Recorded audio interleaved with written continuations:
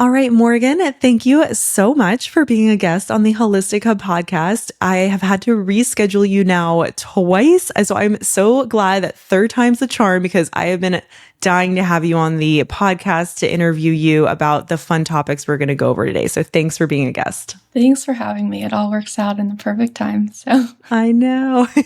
Amazing. Well, you have such a great attitude about it, which makes everything so easy about being able to reschedule and get you back on the podcast. So I'd love for you to start telling us a little bit about you and your story, because you have a little bit of a different approach when it comes to helping others deal with their bodies being under any type of toxic burden from an energetic perspective. But obviously, we don't all just start there looking into that deeply rooted piece. So I'd love to hear a little bit about your journey and then how it really led you to uncovering this and then ultimately helping others uncover it too. Yeah, I love this question. As you know, probably from a conventional medicine background, there's not much we really learn about mold at all. So that's where my background started. Actually, I was a nurse working in high intensity ICU type settings, and hindsight's always 20/20, right? At the same time, I was working night shifts in the hospital. I also had started my health coaching practice online, and I was also a national level bikini competitor. So I was also traveling the world and just heavily immersed in this fitness space at the time, right? And I think where maybe most of us can look at that from the outside and be like, wow, she's really disciplined. Like I said, hindsight's crystal clear. It was essentially discipline that was dissociation and deep disconnection in disguise. And I, shortly after, 4 years, I had essentially been living life this way, so to speak, and I decided to move across the country by myself after a really bad breakup to Miami, Florida. So you can kind of see it's like I had this 4-year period of just burning the candle at both ends, had a big emotional event, and then moved into a really toxic apartment that you would never be able to tell, from the inside or the outside, that it was as toxic as it was for me. But that's really where I got super sick, super fast. I lived there a total of 6 months, and it was really about month 3 I started questioning if I was going to live or not. I had 30 symptoms. My body was just falling apart, and I would say a lot of my most intense and pervasive symptoms were neurological. So I stopped being able to move my left hand. I started having really extreme panic attacks and also pseudo seizures. So I would never really lose consciousness, but my whole body would just lay in bed and convulse. And eventually this began happening almost daily. And, what really kind of led me down the path of this deeper subconscious healing was also because at this time my body was falling apart. I started having a lot of repressed childhood trauma rise to the surface, and I just felt so crazy. I was like, there's no way that this happened to me, or why is it all coming back now? And so in the midst of all these physical symptoms, I was also having a lot of nightmares and flashbacks, and I just felt crazy. And I knew that it was nothing that conventional tools or talk therapy could touch, because I'd been down that road. And that really kind of led me to breathwork. It more or less was an intuitive thing for me. I started really diving deep with breathwork and hypnotherapy, and then actually using breathwork as a tool to reach those hypnotic theta brainwave states myself to really rewire everything from the inside out. Oh my goodness.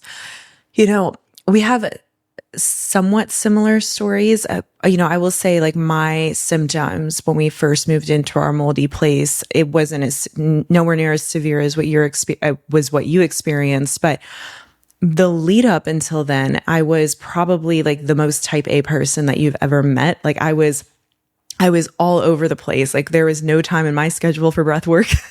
I was like just running from one thing to the other. I was an athlete, but then I turned, going to get my doctorate and then just going straight into working, but like always, finding time for exercise and moving my body and doing this and that, but never finding time to just sit and have a great conversation with my husband or with a friend. Like I was always having to be on the go. And my journey also, I'm not going to dive into mine in detail, but I also, after I got sick, I talked with a couple of friends that were practitioners at the time, and their advice to me was think about like what allowed this to unfold. Like what was the lead up into this point to allow this toxicity to kind of take over.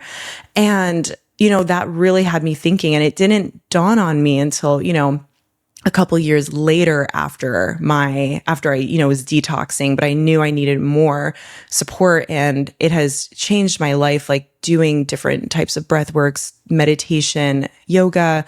I love all different types of vagus nerve supports, like to be able to help. And it's a big part of what I do with my clients too, is I believe the nervous system is at like the front and center of what we need to be doing with individuals, which is why I was so drawn to you to have you on the podcast, because I know it's a big part. And I know you probably take a deeper approach with your clients too, which I can't wait to unravel. But yeah, it's so interesting seeing a little bit of the parallels in both of our journeys. Yeah, I can absolutely resonate, with your story as well. And had this not all come up for me, like at the beginning, it probably would have been the same, right? I would have gone through the detoxes. And honestly, I think that maybe is the case with most people. They realize, okay, I've done like the biochemical layer of things, and there's still this piece that I feel like I can't touch that's keeping me from, healing 100%. And it's really interesting, right? Like when we think about what's actually happening in the limbic system with mold exposure and just the inflammation that, given the nature of what our limbic system is and does and provides for us, that, yeah, sometimes it's actually really common. And I don't know how often you've seen this in practice as well, but there is some really wild stuff that comes up sometimes, I think, kind of alongside mold illness, just by nature of the part of the brain that's impacted. And as you said, it really forces you to slow down in maybe a way that you would not have without it. Absolutely. Absolutely. And you touched on it so perfectly by talking about we can address the biochemical layer, but there might be deeper layers, and in most cases really do need to get addressed. And so that kind of leads me into my next question is, when you're working with somebody, right, you're obviously addressing the biochemical piece, but then are you simultaneously addressing what else allowed this to take root in their journey? And how is it that you are assessing that and then going forward with that treatment? Yeah, beautiful question. First, I do want to emphasize just how important this biochemical layer is first, right? Because we can do all of the emotional and energetic work, but, at what risk, right? And so sometimes when the body is not well resourced or foundationally supported enough, diving into these deeper emotional or energetic layers, one, it's going to be really hard to actually integrate and see sustainable change if the body isn't resourced. But on the other hand, like it could potentially be re-traumatizing, right? If your nervous system is already in a state of widespread dysregulation from environmental toxins, and then you're, all of a sudden accessing these parts of, your body that are holding deep, unintegrated emotions in the tissues, it can be even more dysregulating. Mm-hmm. And so I think not approaching it at the appropriate pace is maybe where somatic work gets a bad rep, because people can notice that they actually maybe feel a little bit worse, or maybe they feel a little bit more sensitive as they uncover these things. And it doesn't mean that it's wrong, right? Or that it's not helping, but we really just have to make sure that that body is at a solid and foundational place before we start going into these deeper layers so that it actually sticks. And really, my answer to this is it depends with everyone. A lot of people who come to me have kind of been doing, the physical work for a couple years before they really come and are like, okay, I'm ready for more. And so, some people maybe in that scenario are ready to dive into the deeper emotional and energetic work, whereas others maybe haven't done as much physical support. And, we really need to start there and making sure their environment's okay and that remediation was done correctly and that things were properly cleaned. And really, like, where to start for me is kind of a mix of, trusting my clinical knowledge and intuitive guidance, but also deep, deep listening to the client, because a lot of times they will tell us where the bigger issue is, right? And so this is noticing things like breath patterns and how they're speaking to me, their body language, maybe mental loops that they kind of keep coming back to that kind of give it away. And I always say, like, the body speaks, but so does the energy behind it. And so that's kind of something I feel like it's a muscle I've developed through practice of kind of learning, like, where to start. Because if there's one thing I've learned, it's like, in the seat of a practitioner, we have to be really careful to, like, not bring our own bias or knowledge or rigidity to the picture, because it almost can hinder their healing process in a way. Mm-hmm. That was beautifully said. And I really, really do want to reemphasize what it is that you spoke right at the beginning when you were answering the question, was how important it is, the timing of when it is that we are addressing this nervous system and deep-rooted layer, because it is really important. And this is something that I'm making sure I do also with every person that I work with, is there's trauma involved. Like, we want to soothe, but not revisit things in the beginning, right? Like, we need to work on these other foundational layers first before we address that piece that really is so deeply rooted. And so I love that you touched on that. And then the next thing that you mentioned that I'd love to actually kind of spin off of was talking about how you're assessing each of those individuals when you're working with them. So taking a look at their breath patterns, or how are they responding to your questions, or what is their posture like? And you had a post on Instagram that I loved, and it was the 3 archetypes of individuals that are dealing with mold illness. And I can't remember all 3 of them, but one of them was like the researcher, which was definitely me. Yeah. But I'd love for you to maybe dive into those, because I think that's really, really empowering for people to kind of be able to resonate with these different things and not feel alone in, like, what it is that they're doing to help to be able to cope with the complexities of what they're going through with mold toxicity. Yeah. Yeah, the archetypes, I see myself as well in a lot of these, or versions of myself in them. And yeah, you were right. The first one is what I call the researcher. This tends to be one that moms really take on too, especially if their kid's sick and, they're just fighting for answers and knowledge. But really, I had my own phase of this, right? So consuming all the data, right? Mm-hmm. Joining all the Facebook groups, listening to all the podcasts, looking at all the studies, you name it.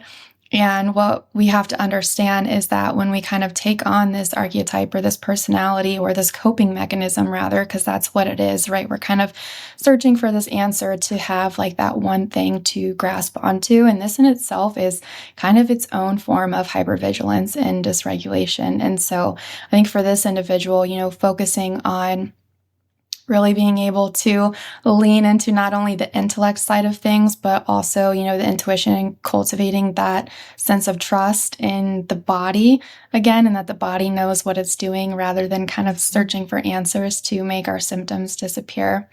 And then the other archetype, there was 2 more, the fighter.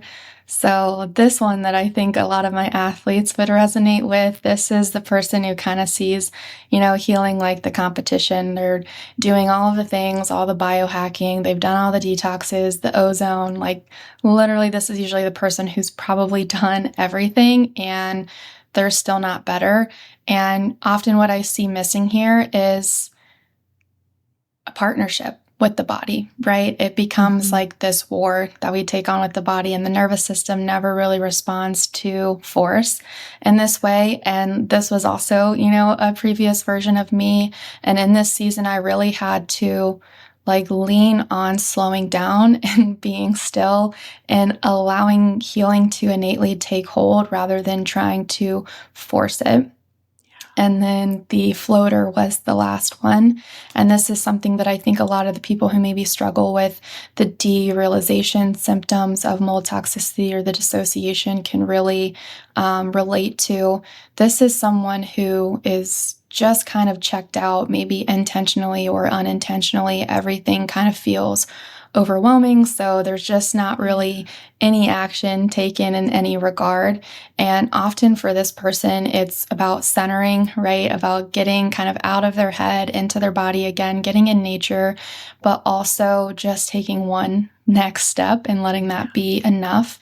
Because if we can take one step, usually we build a little bit more capacity in the system to expand and to take another one. Interesting. Now that you explained the other two, I definitely found myself in was it the fighter, the biohacker one that you mentioned with the athletes? Because that's my background as a 16-year competitive swimmer. And, but oh my gosh, I was biohacking like crazy. I would purchase everything and anything, and especially supplements. Like I would hear of a new one and, I had like a supplement graveyard, which I see a lot of people have as well.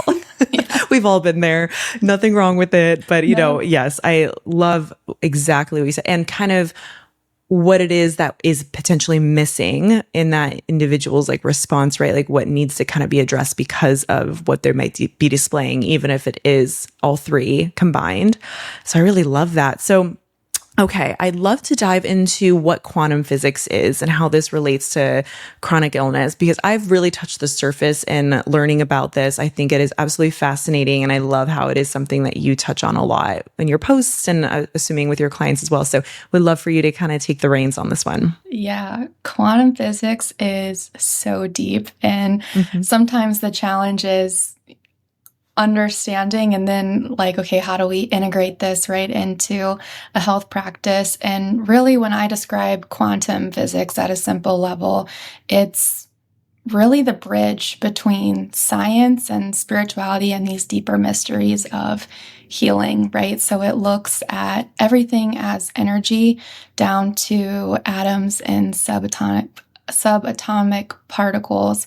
And when we look at this in healing, I think the best way to kind of describe it is everything's connected, right? Quantum physics tells us that everything is more unpredictable than we could imagine, more fluid, and just more interconnected than what science has really ever given anything credit for. And I think we can really start to integrate this when we look at the layers of the body, from the physical body, right, which is a little bit more electric in nature when you think of the nervous system and how, it does essentially communicate through synapses and electricity.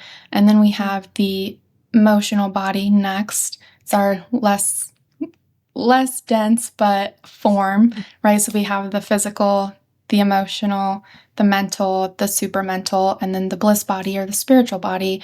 And these other four layers are magnetic. And so when we talk about things like trauma or an environmental exposure, what can happen is that essentially when one body gets affected, they all can get affected to a degree, right? And when there's this decoherence in any one of the fields, things can split, right? And so I don't know if you're familiar with like IFS or parts work, but you can kind of think of it like as an analogy to that of like, okay, when something happens, like this part of me goes here, maybe this part of me goes here. And really healing is about integrating all of the pieces back into alignment in the way that it was designed. And so there's, of course, a lot more that can influence, these fields than just trauma or just mold or unintegrated emotions. But essentially, what happens in one layer can pull from and pull on another layer. And so with the physical body being kind of the most dense, this is what I was kind of referring to earlier in our talk of just how important that physical body is. It's usually the slowest to see change, but sometimes the reason the physical body is lagging behind is because a symptom is actually originating from a higher field of the body, and we're continuing to try to treat it with, supplements and detox and binders, and that's why it's not touching it. Oh, interesting. I feel like we could probably have a whole episode on just this. Yeah, So, I know. This one yeah. question alone, I was like, oh, yeah. Well, you did a great job just kind of making it very concise, but I do have, I have a couple follow-up questions. So Yeah.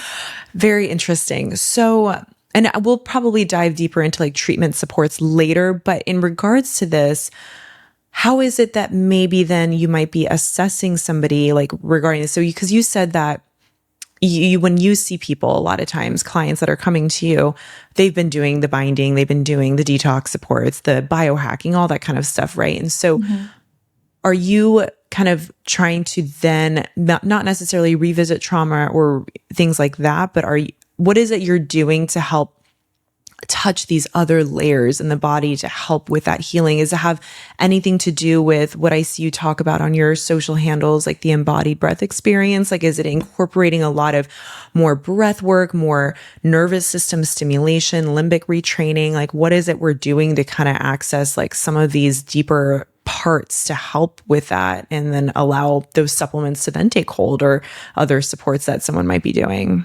Yeah. I love this question, and it's different for everyone. But in regards to the embodied breath experience, so that is my limbic retraining membership that has a lot of neurosomatic tools that focus on, the emotional body and the energetic body. And the physical, right? There's going to be benefits that trickle down to the physical layer as well. But there's so much when it comes to, the wheelhouse of modalities we can pull from. And I will say, as I constantly learn, I add new and expand. But, it's not the same for everyone. Some people don't like breath work, right? And so for them, maybe it's journaling with different colored pens or me giving them prompts, right? But for someone who is really in, for example, repetitive thought loops, maybe journaling isn't the best modality for them, right? Like they need something that's probably a little bit more embodied. And so I think that is what's so great about breathwork, and probably why it helped me so much is that I was that researcher. I was going to intellectualize anything and everything that I could. And healing for me was kind of putting that part of me aside a little bit and letting, my body really work through the emotional stagnation that it needed to kind of recalibrate and have this coherence again to be able to heal. And so I think this really depends on the person, right? And this kind of goes back to the deep listening thing, right? Because people will kind of tell you what layer, for example, let's say someone's coming and they're like, yeah, I just feel, this fatigue, it's the fatigue that I can't get rid of.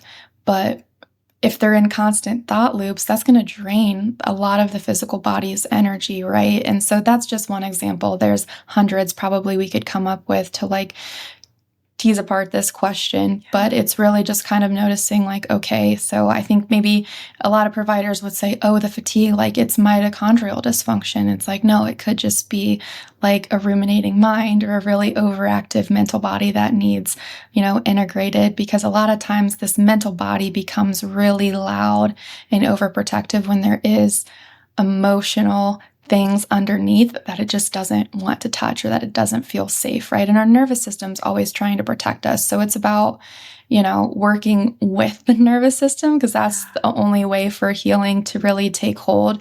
And so a lot of times, you'll see clients kind of open up, say, if they do have this repetitive thought loop patterns, overactive mental body, where they kind of get exhausted doing that. And they're like, I have to, try something else. So it's always, I try to meet people where they're at in their own timeline.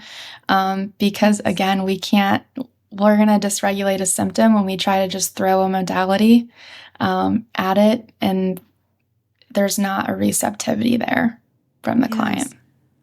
So I have an incredible doctor here, local. I'm very lucky to have her here. She performs cranial osteopathy. She's a doctor of osteopathic medicine, and she's so unbelievably talented. And I wish everyone had someone like her around them, because she's so amazing for the different healing journeys that I have been on. And one thing that she'll tell me that I find so fascinating, because I'll ask her a million questions all the time, is that sometimes there's been a couple times where I've gone in to see her, and whether it's just like a really busy week or, or maybe I was sick or my social energy has been spent, whatever it could be, in those specific cases, I can go in and I know I'm just feeling so drained, and she'll put her hands on me and she'll say, your fluid body is completely empty. And I don't know precisely exactly what she means by that, but I can feel it, like for what she's saying. And I'm like, yeah, I feel like I'm running on empty.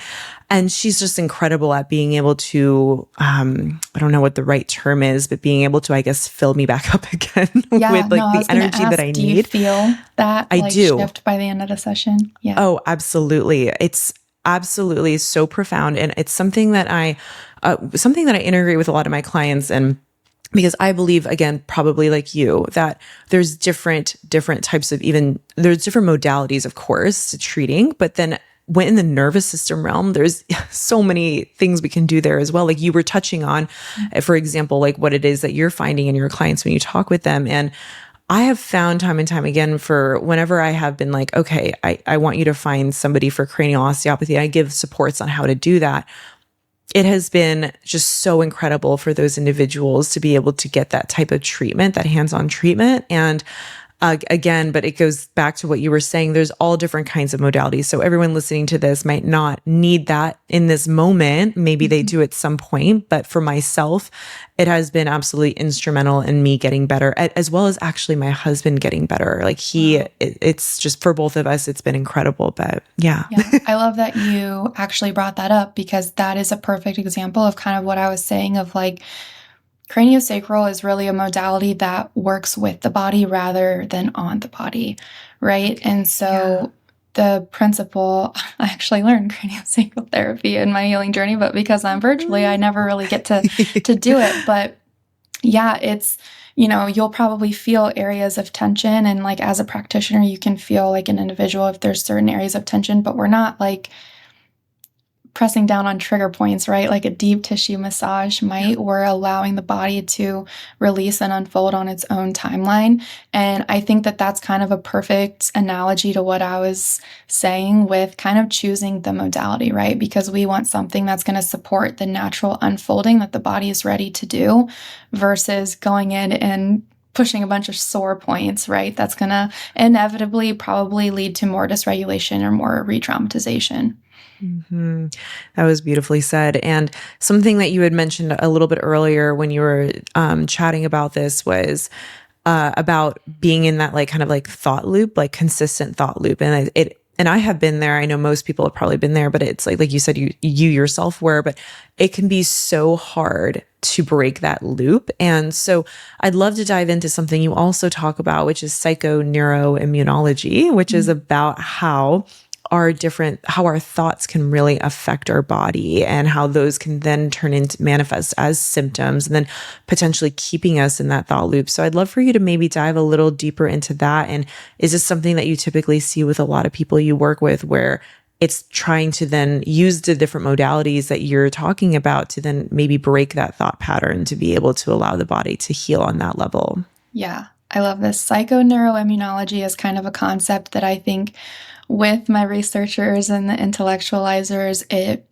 clicks, right? Because like the science is there. And psychoneuroimmunology is essentially the study of how our thoughts and emotions impact our physiology, our nervous system, our immune system. And so, when we have fear-based thoughts or these thought loops, we actually contribute to increased cortisol, inflammation, immune and nervous system dysregulation in the body. And then on the flip side of that, when we have thoughts or feelings of connectedness, of safety, and more, I'll say like positive tendencies towards thinking, our nervous system and our immune system respond to that as well. Same with our inflammation levels, our cortisol levels, our sleep. And so being able to really like understand the science behind that and everything psychoneuroimmunology gives us, I think it really allows people to kind of grasp onto like, oh, this is why, this work is so important. And I see limbic, retraining becoming more and more of a thing, and nervous system support more and more of a thing in the mold community. And I think, there's so many phenomenal programs out there to support this, But I think the biggest missing piece, and it was the biggest missing piece for me before I really found breath work, was like making sure that it's not just focusing on the cognitive side of the limbic retraining, right, from the brain down or top down, but also the bottom up. Because as much as our brain's communicating with our body, really 80% of our body, or I'm sorry, 80% of things is actually being controlled from the body to the brain or the subconscious mind, which is also, a lot of times what we refer to as the body. Oh, I love that. Thank you for explaining that. That was really interesting. And I think kind of that really paints a really good picture for maybe why certain nervous system supports, somebody might say, I am doing this support, or I'm doing this or that, might not be helping them because maybe, well, it could be one, implemented at the wrong time, but two, maybe it's not what their body needs. And I think that's really great that you're touching on that. And something else that you talk about too is like mold trauma and how that lives in the body. And I think just those two words, like everyone can just relate to that because it is trauma. It is a form of like this physical, emotional, like trauma that we're going through when we have been exposed to high levels of mold in a home or a residential building that really takes hold and causes all these symptoms to occur. So I'd love for you to kind of talk a little bit about that, how it lives in the body. And, it's at a level that typical mold sports can't touch. So are there approaches that you're taking for people with this as well? Or is this kind of also in line of like identifying like where this person is at? Do they need specific nervous system, limbic system supports at that time to help them be able to deal with this? Yeah, I think a lot of this is kind of just depending on where, someone's at and what the nervous system is ready to do. I can't remember exactly what the study was, but I remember seeing this study a while ago about how like anything that's chronic from, beyond 6 months from an illness perspective is actually in the nervous system or hardwired into the nervous system because our cells are constantly regenerating, right? And so again, it's kind of this feedback loop that keeps us sick for periods of times beyond that. And I realized that that's kind of a very maybe controversial or touchy or perhaps triggering thing to say. And I think at parts in my healing journey, I probably would have found it that way, but it also allows us to see like how wise the body is and how capable it actually is of healing. And a lot of, this body-based somatic subconscious work is also, as much as it is about healing the mold, it's a lot of healing the fear narrative around it. And I think Neil Nathan actually talks about this in his book, if I'm not mistaken, about how when we're sick, our nervous system kind of has these reverberating loops, right? Where someone, they could have done all the right protocols. They have the perfect environment on paper, right? But they're still presenting with the exact same or similar symptoms as they did when they were in the environment that made them sick.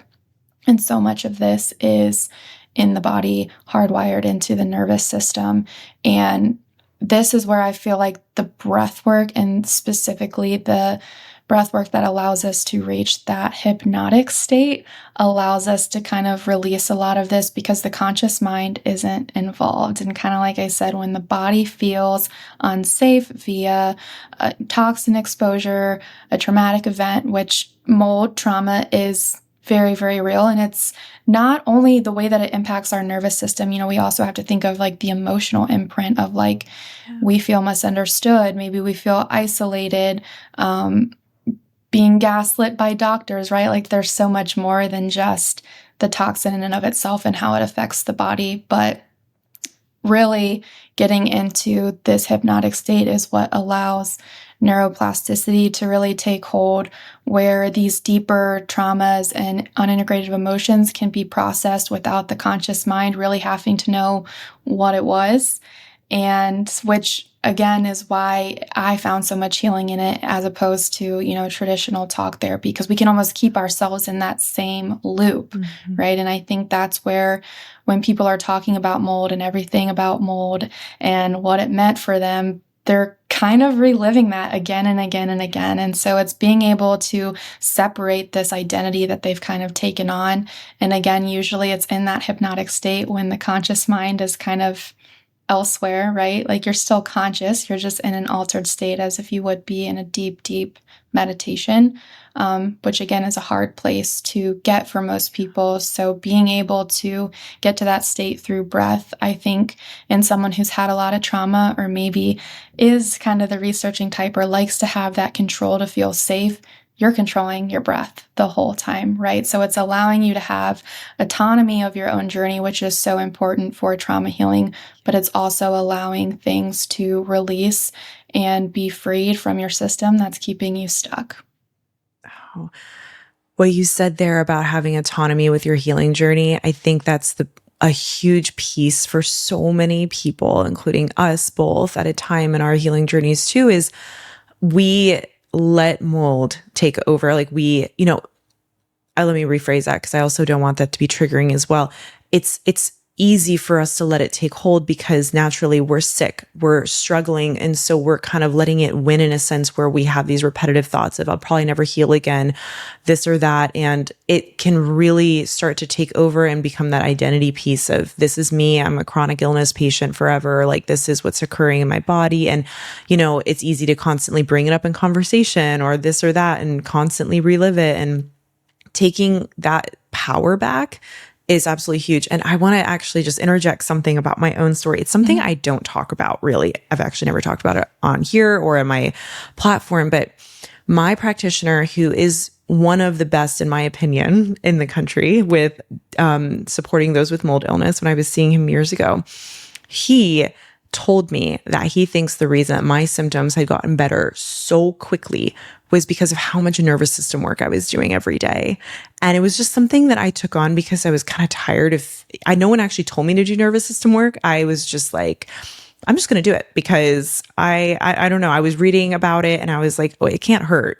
And so the more I did it, the better my symptoms got. My gut symptoms before I even started doing any type of antifungal therapy were fully resolved. I was like SIBO bloated, like looking 8 or 9 months pregnant every single day. And he was just completely astounded at my symptoms, at how much better they were because I was doing that. He said, I think your gut symptoms are 100% better because of the nervous system work that you're doing every day and that you're dedicated to it. And that's always stuck in my head when he said that because of my own experience, but then of him acknowledging that.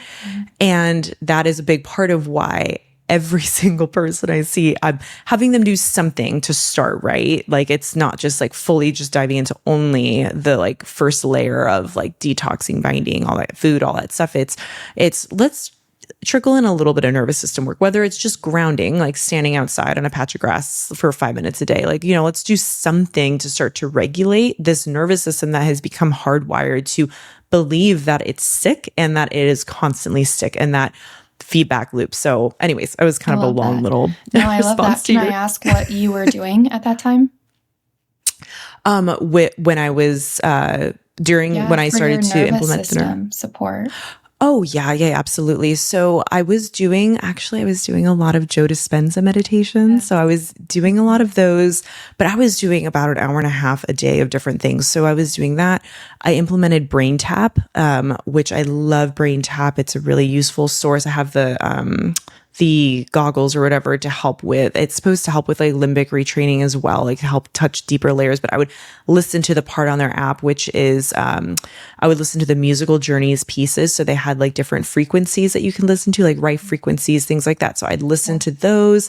I would do all different types of like actual, structural vagus nerve supports too. So I believe it's Anthony Porges's book, The Healing Power of the Vagus Nerve. And he's got different exercises in there that I would do. And then just different like alternate nostril breathing, acupressure points, grounding. I'd always try to find time to go out in nature. Like anytime. I actually was saying this to somebody else. I was on a podcast I was recently on earlier this week. I said, I really believe that our dis-ease is a result of our disconnect with nature. I've always firmly believed that. And as a result, like we are vibrating at the same frequency as what is outside in nature. And so it's so easy to become disconnected from that. And so finding time to connect again with that, even if it was just for a few minutes a day, was extremely powerful for me. So it was a variety of different modalities that I was doing, to be honest with you. And I would just kind of circulate through them, but it would be kind of what I was feeling that day. If I could handle a Joe Dispenza meditation, I would do it. If I only could handle maybe sitting outside, that's what I would do. It just kind of depended on the day for me. I love that. Yeah, I always say nature's the best healer, right? And there's so many, I think that's why it's such a hard question to answer. Like, there's so many modalities you could pull from for nervous system work, for limbic retraining. I mean, there were times nature was always huge, but like even things no one thinks of, like gargling before you eat, right? Humming, singing, dancing. And, sometimes dancing is something that maybe feels super uncomfortable to someone who's in a state of dysregulation. And so it's, again, a lot of it is choosing that modality that's most resonates with the person and where they're at, that's going to allow, that capacity to expand, to dive into something perhaps deeper. But I remember I was doing like tongue twisters, was working on balancing, like brushing my teeth with the opposite hands.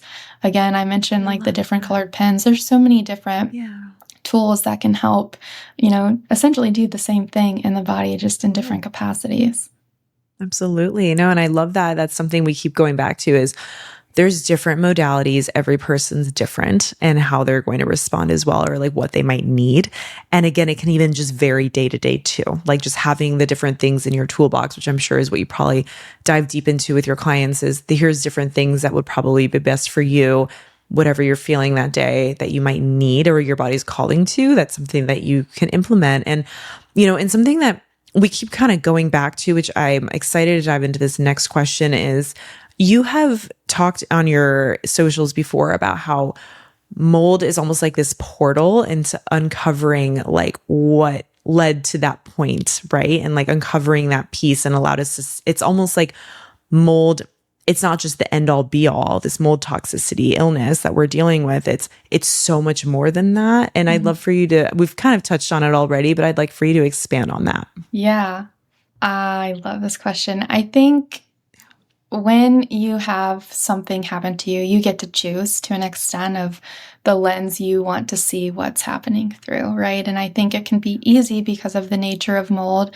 and to feel like it's maybe keeping you a prisoner in a lot of ways. And I like to look at it as, not that mold made me sick, but mold showed me what I needed to heal. And so again, a lot of this is, it's funny because we seek out, or many people seek out, and it's becoming more mainstream to be talked about, these psilocybin experiences or magic mushrooms, perhaps. And really, fungi have been around longer than we have, right? And they're a huge part of why and how we're here. And they're all teachers. And I think what's funny is that with mold, maybe we just didn't consciously sign up for the lesson, right? And so, being able to see like, oh, this really forced me to slow down. Why do I need to slow down? What's out of alignment? Why am I vulnerable right now? Like, what's going on with my internal terrain that actually invited this in? Yes. Right? Because I think a lot of times we see it as, okay, this happened to me. And it's like, okay, well, it also could be happening for you if you're willing to look at it that way. And I think when we are willing to look at it that way, the portal opens up, right? And so one thing that, I kind of got through my healing journey was why I started asking, like, why did it choose me? Like, why did I get sick and, maybe someone else didn't, like my neighbor, right? Who was breathing in the same air in this apartment building. And really, when we look at the function mold serves in the environment, it's to break down and decay dead organic matter. And so I really started piecing together of like, oh, where was my life force, right? And I think that there's a ton of reasons our life force gets depleted, kind of going back to, some of the archetypes and patterns that I see, especially in women in practice. It's perfectionism, right? Type A personalities, people pleasing, lacking boundaries, or maybe not even knowing that boundaries were lacking, but you just never knew how to set boundaries. You felt responsible for other people's emotions, and eventually it led to the depleted state you're in, which allows openings for toxins to come into the system, right? We can kind of think back about the quantum physics question you had asked, and I answered about the 5 layers of the body, right? When we're giving so much emotional support and not pouring it back into ourselves, that's eventually going to reach the physical body in a way that can't be ignored. So for me, I think seeing, really being able to get sick from mold on some level, we have to look at where we were lacking our life force or our chi, and how that opened up the space for invasion into the field. Mm-hmm. Yeah. And it's kind of also going back to what I was stating much earlier in the conversation when I had also first gotten sick. My friends that were practitioners had said, well, what were, because I also had like reactivated Epstein-Barr virus, all this stuff. And they were like, what were you doing that kind of allowed all this to take hold? And I was like, wow, I've been living my entire life in this crazy dominant sympathetic state, never once like stopping to slow down. And it really did allow me to reassess and be like that portal for me. And again, I spent a good amount of time really hating that it happened to me. And then once I accepted and really looked it deeper into it, it allowed me to be like, wow, there's things that I really need to change in my life. And that's really what led me to getting better, my opinion, faster because of the deep nervous system work and deep looking into as to the why. And something that you touched about was like kind of the terrain with mold, like inviting the mold in. That's something that I love that you mentioned because, and I've seen you talk about that too in your socials, is Dr. Jill Krista also talks about this too, is we can be like mold attractors and inviting the mold in, and we don't want to invite the mold in. Right. And so, I'd love for you to kind of talk about that, because that fear-based mindset around mold, or just constantly allowing it to take hold in our thoughts, I really am a firm believer in it, does attract it. And so I'd love for you to kind of talk a little bit more about those maybe fear-based thoughts or other types of thought patterns that allow that to take over in our body. Yeah. Kind of along, the same lens, like when we think of fear or fear narratives or thought loops, like it does kind of hardwire that nervous system again into that sympathetic state or a shutdown state. Yeah. And in that state, there's also contraction. And when we have contraction, there's no life force, there's no chi, there's no room for energy to flow. And, literally and metaphorically, mold likes to take heat in damp, stagnant places. And so, when we talk about fear as an emotion, but also fear as, a frequency, it's denser. I don't want to use the word dark, but it's heavy and it's contracted, and it kind of suffocates you in a way. And so when we think about this, and again, kind of compare it to, our breath being a form of life force and a way of moving energy, like where are we not giving air or light to certain things? And, that's why I think it's so important, because even with, a lot of mold practitioners, I still see some of this fear narrative. And it's actually a big reason I think a lot of our patients or students or clients are staying stuck, right? Because we can have the perfect protocol, but ultimately, if we're not detoxing this fear narrative, we're still attracting it, right? We're still vulnerable. And I can't tell you how many clients I've had who initially, upon coming to me, were afraid to go outside, because they were told mold is outside, or there's endotoxins outside based on where they were living, or if they're living in a desert region, right? All these things that they're almost fearing nature, as I said, what I believe to be one of our best healers. And so, we can kind of see how that just perpetuates the whole cycle. And same with connection, when we're isolated, we're more prone to stagnancy, to depletion. And rather, when we're connected and we're sharing moments and experiences with somebody else, we are more open, like our spirits like naturally lift, right? And I can't tell you again, like how many clients were told to quit their job and they're essentially just like a hermit in their own house. And again, Definitely. breathing stale, cycled, stagnant air. Mm-hmm. So on that point is something I've seen literally time and time again with many of my clients is the moment that like, so I've had a recent client who said, I started to feel so much better after I decided, because I was telling her, you need to, let's get out, get some connection. This is so important because you're, living, like you said, like, I also love how you mentioned, like, we need to detox the fear narrative. That's another form of detoxing. It's not just all this other stuff. It's that narrative as well. And I love that you said that.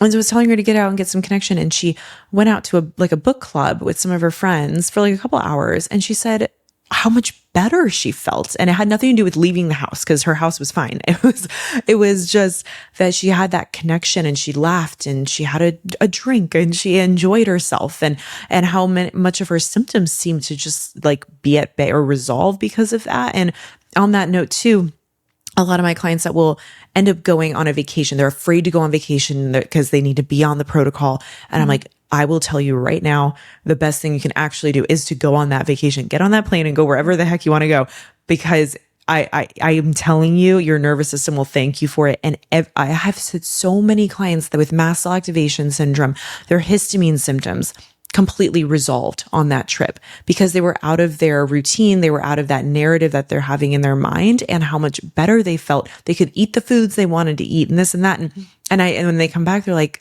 Steph, like, I can't believe how much better I felt. And I said, that's your nervous system talking. And that's what we need to do to support your body that way. And so probably you've seen a lot of similar cases as well, but it's amazing. And even they'll admit sometimes like, yeah, for like a moment, I forgot that I was sick.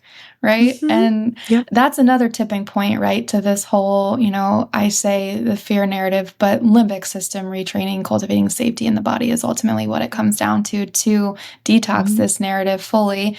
And I ask clients often of like, okay, if you weren't sick today, like, what's one thing you would want to do? And then I'll make them go do it, right? Because it's like, I think in order to heal, you have to also kind of have a sense of like exposure therapy, but putting yourself in environments where maybe it feels scary because of the places you've been in or maybe what you've been told. But like, even if it's for 5 or 10 minutes, like go to the coffee shop and pretend. Right? Pretend if you have to. And a lot of times what they find is they don't actually have to pretend. Our mind, our nervous system, they're very powerful. And we can use that to heal, or we can use that power to stay stuck. And there really is, like I've said, so much choice and so much autonomy in our journey, more than we're probably, ever taught to realize. And I think on this topic, I would love to kind of hear your insights on this as well of like, I think one narrative, for example, that's really common in the mold space is that it's really hard to rebalance like your MSH fully after mold exposure. And that's just something I personally have never really subscribed to. I realize it's something that can be very difficult, but when we kind of break down and go upstream of like, okay, well, what's regulating this, right? Obviously, it's commanded by the pineal gland, which is communicating to the pituitary to produce this, which is helping modulate the immune system, which of course is very interlinked with our nervous system. But for me, it really becomes looking at, less about the mold, but it's like, why is there a suppression in the pineal gland that is then, not adequately communicating to the pituitary to kind of reverse a lot of these mechanisms of healing. And I think when we can understand that, hey, a lot of environmental exposures via mold, heavy metals, or even just artificial light and EMF exposure, how this is actually suppressing our pineal gland's function, it becomes, less a story of disempowerment and more a story of just reversing this suppression and stepping into and awakening our innate healing potential that we all have. Yes. And so I 100% agree with you. And that's something that I tell a lot of people is I say the body is so intelligent and it knows how to heal. It has the blueprint to heal. Actually, it's just, we need to kind of get out of its own way in whatever way that looks. But I definitely agree with you because I always find that those kind of statements are so like narrowly focused and we're looking at such a downstream effect. But like you mentioned, we kind of need to go upstream. It's kind of similar to like SIBO or something like that. Like I find those kind of situations where it's like, you're just like relapsing SIBO or you have SIBO for this or that or whatever it is. It's like, I find that to be such a narrowly viewed, like a narrowly focused on topic in terms of like, let's look at the upstream effect. Like what is causing this to happen? Like I had, Ashok Gupta on my podcast a few episodes ago. And we were talking a lot about this of course, with the limbic system piece, but he was mentioning like with SIBO and with a lot of these gut symptoms, and then we're talking about MSH and different things, that a lot of this is a result of this dysregulated nervous system and this detachment from the body. And like, there's no connection there. So we need to go upstream and be able to identify what else is occurring in the body to allow these things to happen? And what do we need to be re-regulating again? Because oftentimes we're trying so hard to add in this different supplement, this different medication, this different prescription, but we're not really looking at what is the body actually telling us that it needs, what nutrients might it need, what supports does it need outside of these conventional supports, right? And so I think that's what you were touching on. But yes, I see that time and time again is the body is very smart and has the innate ability to heal. And we just got to let it do its thing and listen to it. That's the important thing, is really listen to it. So with SIBO specifically, I know this is something that's big in your wheelhouse. What do you tend to find? I mean, I'm sure it's different for everyone as like the higher level up thing that's really perpetuating. Mm-hmm. So the first thing that I typically will question, especially when somebody's having chronic relapsing SIBO, is definitely what type of environmental exposure have they had, because that's definitely a big part of it, because it will break down our body's defenses to allow these bacteria, these commensal bacteria, to overgrow within the small intestine, which for those listening, if they don't know what SIBO is, small intestinal bacterial overgrowth, just basically an overgrowth of bacteria creating very uncomfortable GI symptoms. And so I typically find that, but I find the nervous system, a dysregulated nervous system, to be honestly most of the cases that I typically see. It's those individuals that are very type A, that are running around like I was, like it was so long ago. I had chronic relapsing SIBO as well. And so I typically see a dysregulated nervous system and limbic system supports that really need to be implemented for that individual, because we know with SIBO, the different defenses that are there to help protect our small intestine from overgrowing those different types of bacteria are good gallbladder function, a good immune system. We need adequate stomach acid. We need good digestive enzymes. We need our migrating motor complex, which is the street sweeper of the gut, to be activated and doing its thing that sweeps bacteria and other toxins out of the small intestine during periods of fasting. All of those things are impacted, yes, by environmental exposures, but actually from stress. Yeah. And so if we can go in and actually start to regulate the nervous system and not try to do this protocol, a million protocols, like we can do every great protocol of SIBO under the book, kind of like we're talking about with mold. But if we don't address the nervous system and the stress response in the body, it will just keep coming back because of those different functions that can become dysfunctional. So that's typically what I see. Yeah. Beautiful answer. Yeah. Really similar to mold in a lot of ways. Yeah. Pretty much. Yeah. I find a lot of these different conditions can be. So I love that you've been talking so much about the limbic system and the nervous system. Of course, it's the focus of the conversation, but I'd love to really dive maybe a little bit deeper into the embodied breath experience, supports that you typically like to offer to your community, different things like that people can start to look into, maybe working one-on-one with you, or if it is, like you said, more of a community thing they can be a part of. Any way that a lot of these individuals can find support in re-regulating their nervous system and their limbic system to achieve that full healing, to get to that 100% that they want to get to. Yeah, of course. My intention with the embodied breath experience was really to bring all of the tools and modalities that I utilized in my healing journey and make them accessible to other people, because I think that there may be less commonly talked about modalities. And one of those big modalities for me was actually the implementation of Kundalini Kriyas, right? So Kundalini is one of the oldest, most ancient forms of yoga, and it heavily emphasizes breath work, mantras, mudras, and repetitive movements known as kriyas. And of course, we talked about all the benefits of breath work, from being able, to access certain theta brainwave states and subconscious states. But also what Kundalini can do is actually really help open and activate our meridian channels. And we can do that through the different kriyas, but also the sacred sounds or mantras. We actually have 84 meridian points that actually meet on the roof of our mouth. So when we create certain sounds with our vessel and we place our tongue and have that pressure up on those like different acupressure points, we stimulate different meridians in the body, right? And these meridians, when we talk about it from like a traditional Chinese medicine perspective, like this is where our chi flows, right? This is our life force. And this is what is often so downregulated when we talk about things like mold and other chronic illnesses. So Kundalini was very powerful for me in my healing journey. And the way that I've really set my container up with the embodied breath experience is that we come together twice a month with live calls. And usually the first call of the month is where I teach a 15-minute Kriya, right? These are designed to be nourishing to the nervous system, but also energizing in the sense of you can implement this and it's not going to wear you out, but rather build capacity in your nervous system day to day. And I really wanted the Kundalini Kriyas to be the anchor of the other live calls, which is the, 2-hour shamanic or somatic release breathwork journeys. And so the idea is that, obviously different people are in different places within their nervous system, and maybe the breathwork looks different from a frequency and cadence perspective.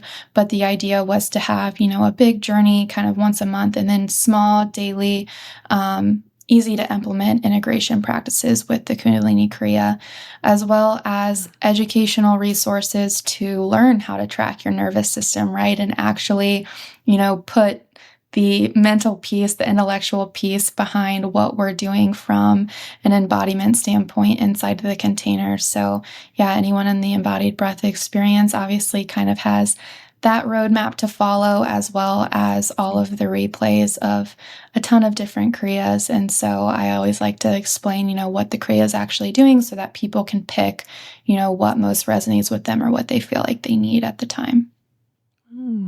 That's amazing. Absolutely amazing. On the topic of Kundalini, the yoga studio that I'm a part of that I absolutely love has an incredible instructor that teaches Kundalini, but I've never been to one of his classes. Can you believe it? I love that.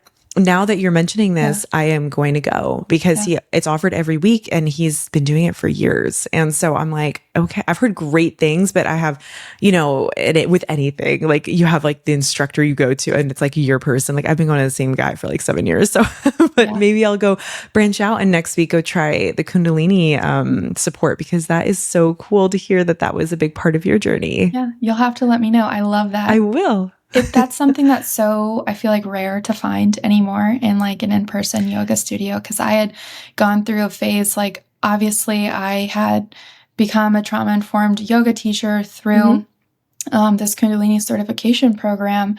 And I was doing it, initially just for myself. Like I signed up for the teacher program, not really knowing like what I would step into or do with it. But I could never find anything in person. And so that's what led me to kind of learning online. So yeah, that's beautiful. I will say, like when we talk about, maybe it being hard to access like stuck emotions in the body, Kundalini was really what allowed me to tap into that, because it just, again, kind of takes the mind out of the picture, and your conscious mind thinks, you're just doing a practice and a movement, and then all of a sudden the tears hit.